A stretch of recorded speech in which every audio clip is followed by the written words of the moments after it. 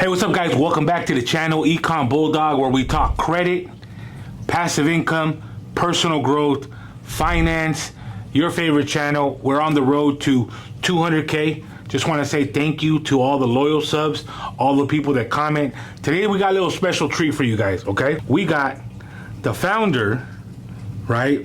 The CEO of Juarez Trade Lines and my lead sales rep, right, with Latino Solutions, right? We got Victor, the one, Juarez. Hey, first of all, appreciate you taking the time, because I know you could be making more money, right? But at the same time, we're here to add value to you guys, all right? So Victor, let me know how Victor grew up.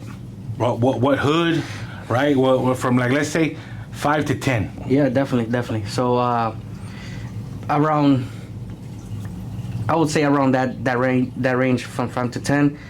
Basically, my dad had passed away, so I was just basically hopping city to city to, you know, kind of meet ends, right? So because my mom was struggling, so she was the breadwinner. How do you pass, if you don't mind? So my dad is actually from Guatemala. My mom's from Sonora. So he actually had envisions of how to start his own business. He was gonna build his own home in Guatemala, start a business over there too. But there's a thing right there. Family, I always told him, no, don't do that. Don't start your own business. Don't move to Guatemala. Don't build your own home. He was a heavy drinker, so that was well known. Okay. He was a heavy drinker, but his responsibilities were always on point. Never. He was a functional alcoholic. A functional alcoholic. Food was always on the table. Bills paid. Everything. So yeah, he moved to Guatemala to actually, start a new life, and we were actually gonna go move over there. So things happen for a reason. He passed away over there. There's a bridge over there in Guatemala that they actually named it after him. Wow. So yeah. So I didn't know that. That's deep. Yeah, it's real deep. My madrina actually goes to Guatemala and Salvador every year or 2 times a year, and she always takes video, pictures, and all that stuff. You know, Juarez is a powerful name, right? Juarez, last name, powerful name, right? There's a stigma, good and bad, with the name of Juarez, right? There's a city of Juarez, I think, in Mexico, right? Correct. So it's powerful, right? So if you have a powerful name, legacy, or so, you know, let's live up to it. But 5 to 10, condolences for your dad. Are you guys close or not really? I still see him a little bit, you know, but it's like, it's blur. Like I really don't remember him. Got you, yeah. So for those of you guys don't know, my dad died at 7 years old. He died robbing a bank. They told me growing up, he died in a motorcycle, but it was on a motorcycle robbing a bank. I didn't know until I was 21, right? Because no one's gonna tell you that, hey, your dad was a rob banker or bank robber or whatever the case. And I still have this image of my dad. Like, my dad was the type of person that would grab a homeless kid, bring him to my mom before me, and like, hey, can you shower him up, feed him up, you know, put some good clothes on his back, and, you know, we'll send him on his way. But that was my dad, right? He always be on the block and, hey kids, you guys want fireworks? Let me go buy some. He'd always be clean cut, but not even like $5-10 in his pocket. Right? He even carried a toothbrush in there, and I'm probably to sleep around or something. Always had his toothbrush, but nonetheless, those are the stories that they told me about my dad. But I have a blur. Like, I can't physically say, oh yeah, I remember, right? Yeah. So 5 to 10, dad passed away. So what about you in high school? Knucklehead? I would say this. I was actually starting in the wrong pot, but grades were actually pretty good. Okay. Never below D's or C's. B's to A's, maybe C's. Okay. But never. D's or F's. Yeah. I would never have my mom wake me up for school. I would always be on point. Nice. I never had an alarm. I already knew what time I had to wake up. So school was never something that my mom would have to tell me, hey, you gotta go to school. I only ditched, to be honest, only once or twice. And what do you do? Just to go mess around, girls? Hang out at the homie's house. We didn't even do anything, just play games.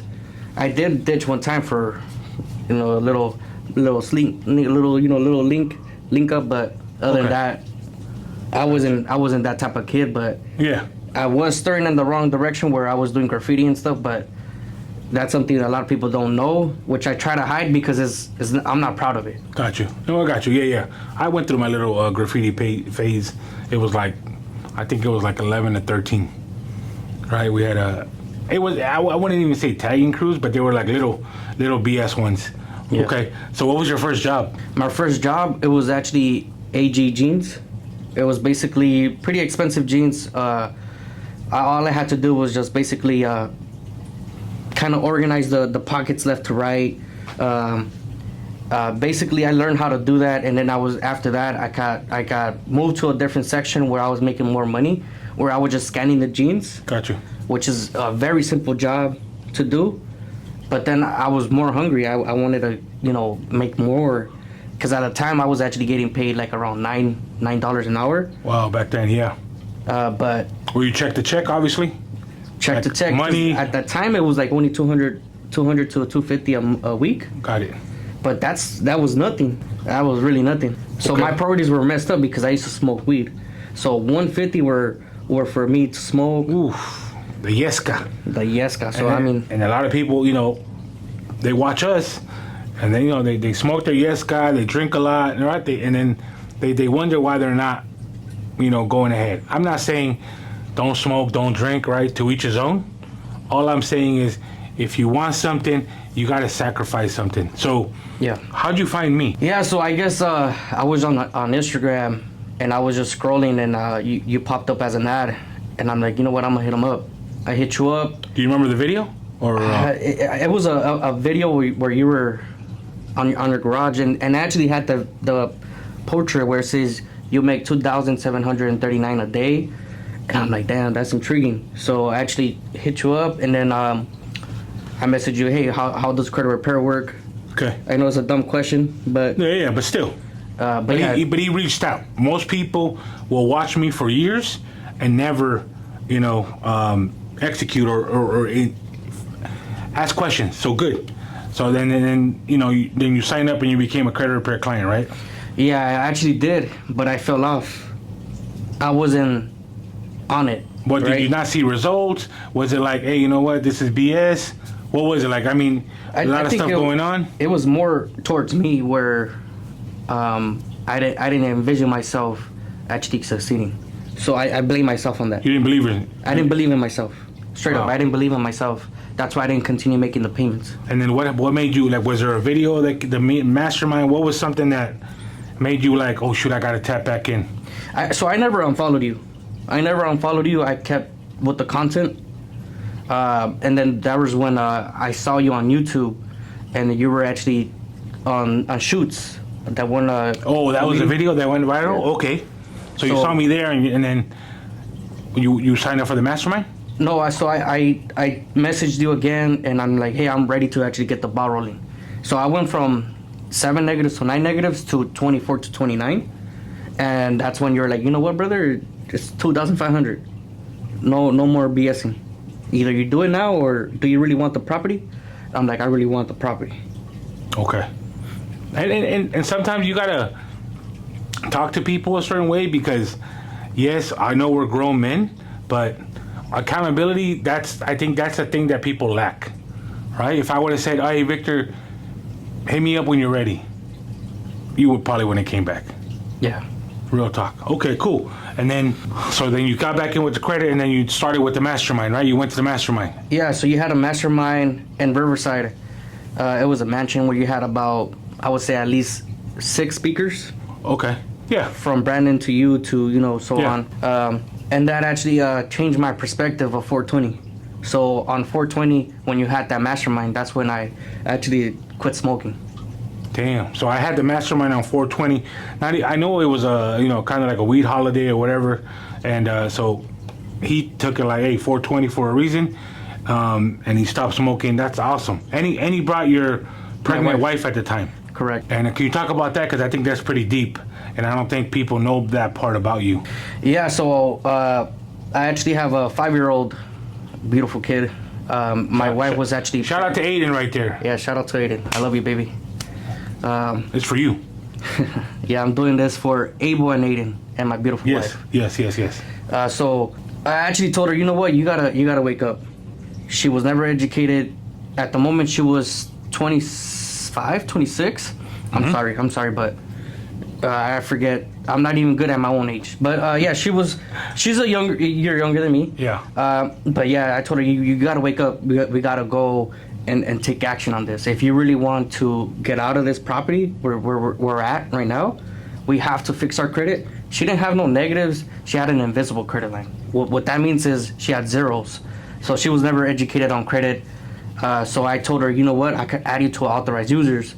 That's when I was actually working on my LLC, working on my content. Yes. So yeah, basically just getting her into the room so she could fill it out. She actually loved it. So what were some credit cards you added to so people can give them more value? So actually, before we actually get into that, you would always be on lives, and you were always giving out gems like, hey, you gotta pre-qualify for this. So you were actually talking about pre-qualify for Discover. Yes. So my girl never had an authorized user. She had no like history of anything. So I went ahead and pre-qualified. But the thing is, I actually took to me was I always took notes, and I actually have it in my backpack. All the notes that I actually took, what to put for gross income, what to put for education, the mortgage or rent, whatever you do. So I actually did that. I fill it out. She got approved for $1,000. Damn, with no credit. With no credit. Ooh, $1,000. Nice. Okay, and that was like, oh shoot, this is working. It's working. And I was not a credit repair client. Well, you know what? I was a credit repair client. Yeah. But I was not a mentee. Got you. Okay. So that just goes to show what type of person that I am. I was eager.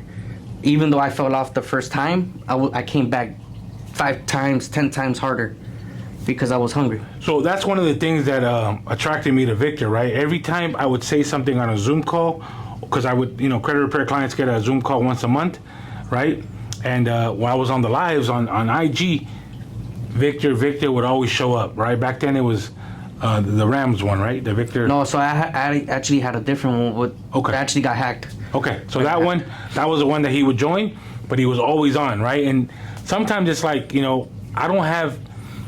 I try to make credit repair entertaining, right? But I'm not a Jake Paul, right? I'm not a Logan Paul. I have to be creative in my ways. No one's like, oh, bro, Santiago's on a live. Let me jump on there, bro, because he's going to give some game. Right? But he was a loyal one to always show up, right? And always asking questions. Asking questions, executing, right? That's the thing, right? Get the information, execute. When to execute, then it turns into knowledge, right? Because we can have information. Executing makes it turn into knowledge. So then, full circle, right? What I think. So I saw that, right? I saw that in Victor, and I'm like, hey, man, I want him a part of the team, right? Because I was growing my just the sales organization. I wanted more people to close to help other people with their credit repair. And what did I say? Did I tell you that at first I invited you? So yeah, so basically, it was after the 420 event, because I think you saw an envision in me. Yeah, potential. Right? So yeah, definitely. I think it was actually after 420. I was already pre-qualified for the Discover. So after like a week or two, I remember Daniel G was actually in town, and that's when you were like, hey, you want to go? And I asked my wife, like, hey, he's actually telling me to like go with him. She told me, never say no. If he's inviting you, take the opportunity. Because there's never going to be, hey, Victor, you want to go again? So I never said no. So I took the opportunity, and it just kept going. So no shade to any wives out there, but a lot of wives would be like, no, quédate. Right? We have to go to Tia's house or whatever the case. But if your man's trying to grow or seeing an opportunity, that can be a scam. That can take a risk. Right? I'm not going to say everything that your man does is going to be picture perfect and it's going to get him on the side. But he wanted more, right? So shout out to your wife for pushing you like, hey. And he was supposed to go and meet me there, right? Yeah. And then I don't know what happened. So the reason why you picked me up was because my car broke down. Oh, I shit. had a beat up 2009 CX Mazda. That's deep right there. So his car, like I said, his car broke down, and I was like, hey, you know what? Let me invest more into Victor, even though we're barely getting to know, because he's already investing in me, right? Credit repair. Were you a mentee at that time? No. You know what? I think you were. I think I was. Yeah, I was. So I was like, I was struggling because I was like, damn, I got to pay the car. My kid was actually in the hospital at the time. So he was already born. Because the thing is, we went to the event 420. 2 days later, he was born. Oh, yeah. And then back to your kid, Abel. What, talk about that. Like, he was born. Yeah, so he was actually born micropreemie. Micropreemie is when you're like less than 5 pounds. Wow. And he was actually born 26 weeks, 1 pound. It was just like a crazy traumatized experience where I'm just glad that he's healthy right now. That's a blessing. That's a blessing. Good. God is good because you're going through that. You're trying to level up, right? Maybe nothing's going your way or little things, maybe small wins or this didn't work or this didn't work. And what made you kind of keep going? Was it I don't know. Abel? Was it Aiden? Was it your wife? Was it all three? It was all three just because my son was in the hospital. My car broke down. I was not working because I had the time off, right? Family leave. Baby bonding. But the thing is, where I worked, there was no more than 10 people working there. So you can't get PTO or I don't know how to explain it, but you have to have more than 10 employees for you to qualify for money. And I didn't qualify for that because there was only like 3 of us in that company. So, I was screwed over. I had to, bounce back. And that's when, Santiago, you were actually, hey, so what's your living situation and all that? And you were like, hey, you know what? I want you to actually grow. So I grew from that perspective. And that's when you offered me the opportunity to actually be part of Latino Solutions. Nice. And I think I'll be forever in debt with you for that. Oh, man, nah.